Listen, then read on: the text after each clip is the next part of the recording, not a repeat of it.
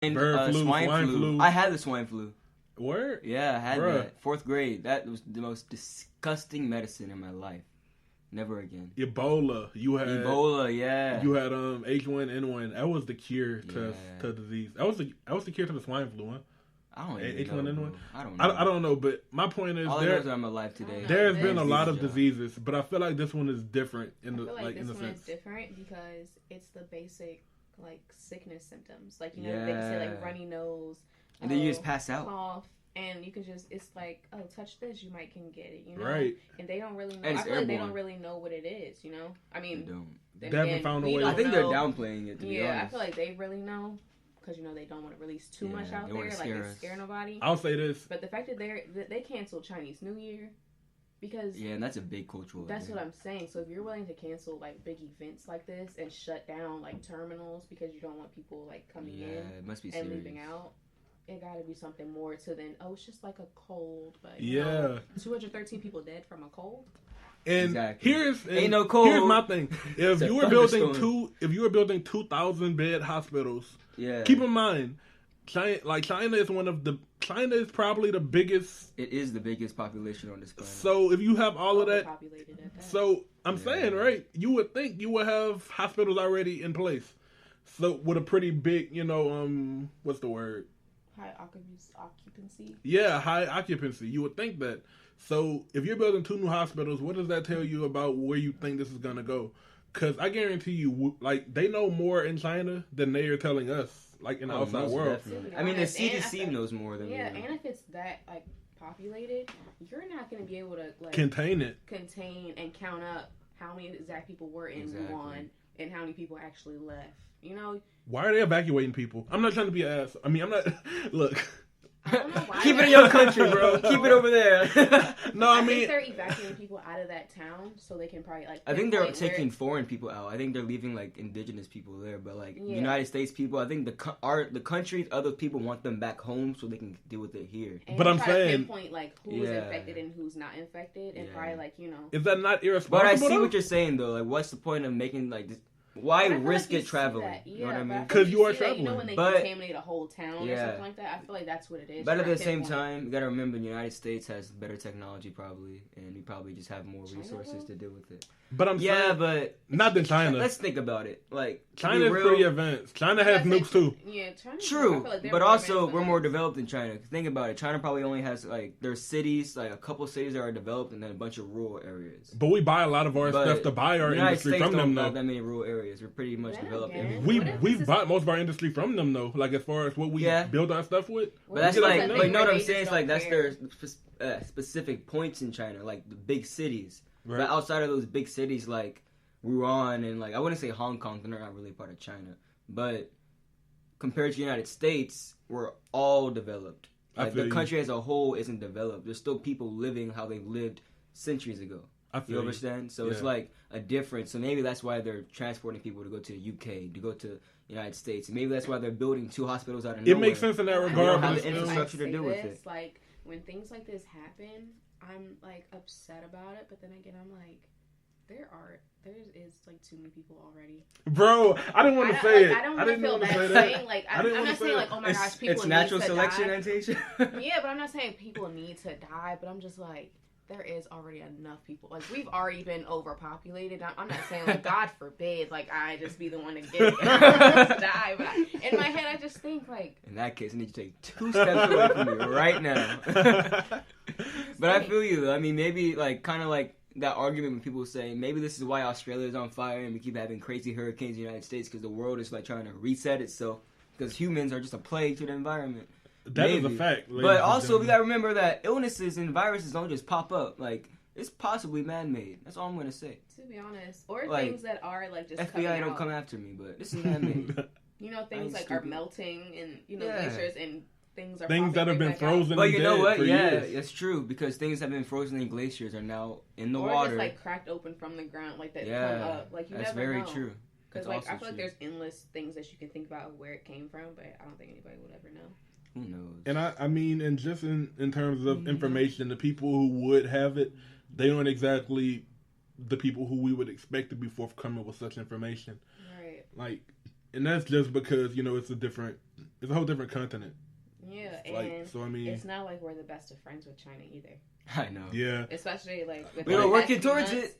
Like, I mean, it is very close to like a Cold War level of tension. Man, why does Donald Trump gotta be president when we got a crisis like this? Like, Man, I'm sorry, but he's incompetent. He is, but hey guys, let's just be hopeful and thankful that he's president and that they didn't impeach him just yet, and Pence is president. Yeah, that's true. No, because but Pence is he's like a silent Trump. He is. But 10 times worse. And he's worse. That's what I'm saying. So one thing about Trump is he will tell you what he's doing. If he's fucking some shit, pardon me.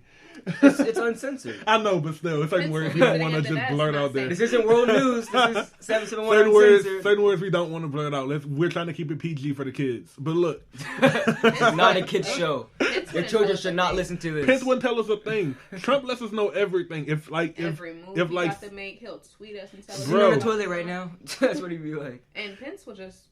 We'd be going to war, and he wouldn't tell us. He would we wouldn't be any other wiser. We find out like 2 weeks later. Oh yeah, Pence signed, they signed off on it. Y'all. I know. Like, bro, it'd be ball game. At least hinted at it. Like now, y'all. Granted, it is only a couple months until the election, so I feel like if anything were to happen with that, it wouldn't be enough time for anyone to mess up anything that momentously to where it would cause long-lasting damage. I would hope. But at the same time, the thought of it terrifies me. Yeah. Speaking of the election, who are y'all shooting for? I haven't been keeping track too much lately, but at first I was a big Warren fan. Right. And I think I still am. I'm not. To be honest. I'm not. I haven't followed enough since the end of last year, so I have to get back on it to see what she's been talking about. But at first I was. Only because of her environmental policy. She was on it. She was had on a big it. Plan. But I think she may be too much change too soon type thing. You know what I mean? I feel like that'd be super radical for certain people, and I think that makes people uncomfortable.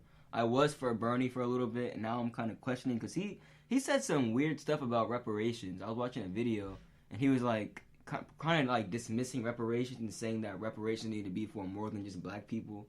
And I don't agree with that because no other, and I'm going to say it straight up, no sugarcoating, no other race has undergone the same brutality that black people have gone through. I'll agree, but so that's for but for him to be like, reparations for Hispanic communities too and all that. I mean, I understand why. We have it. Give it to him. But at the same time, don't try to put it in the same section, if you know what I mean. Category. I get what you're saying, the same category because it's not the same. Now, if we get it though, I don't really care if they get it too though.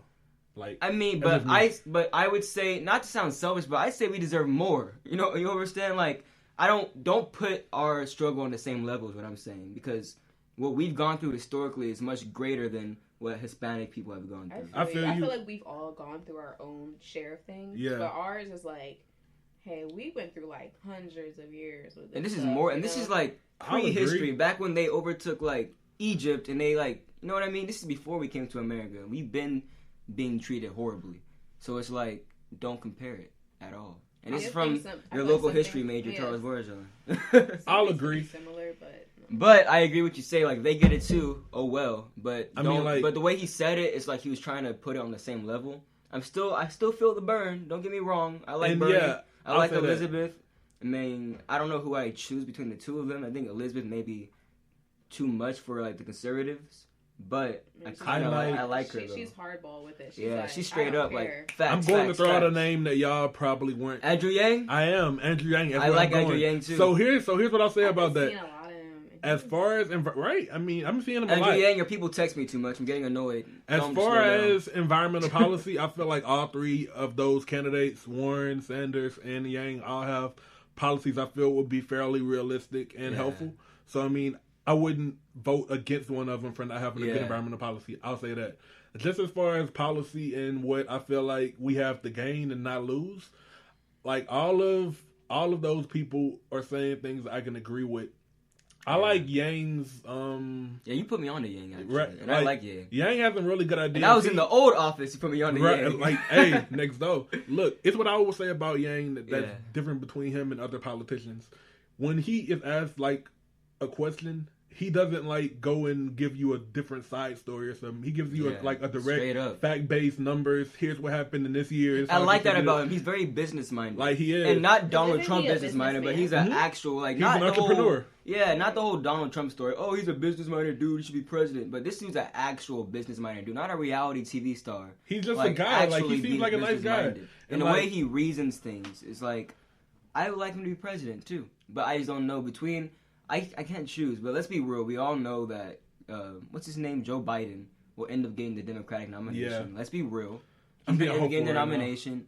And if I got to vote for him, I guess I got to vote for him. Yeah. Because I'm not going to vote for a Republican because the country needs a Democratic president right now for the sake of the environment, for the sake of the world. And that is not because all Republicans are bad, but everyone who is representing the party right now are horrible.